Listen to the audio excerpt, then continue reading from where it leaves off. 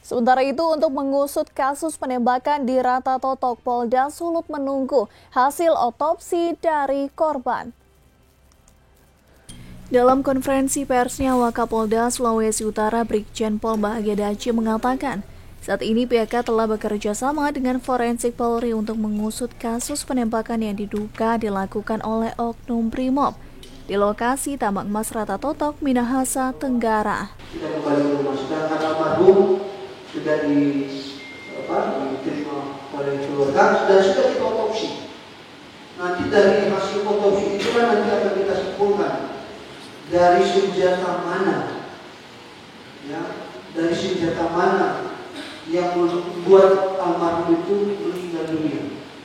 Kita akan periksa secara saintifik, kita libatkan teman-teman kita dari laboratorium forensik yang sedang dalam pekerjaan mereka. Wakapolda Sulawesi Utara juga membenarkan ada satu korban luka tembak telah meninggal dunia dan satu lagi korban akibat terjatuh. Eka Putra melaporkan untuk Kawanwa TV.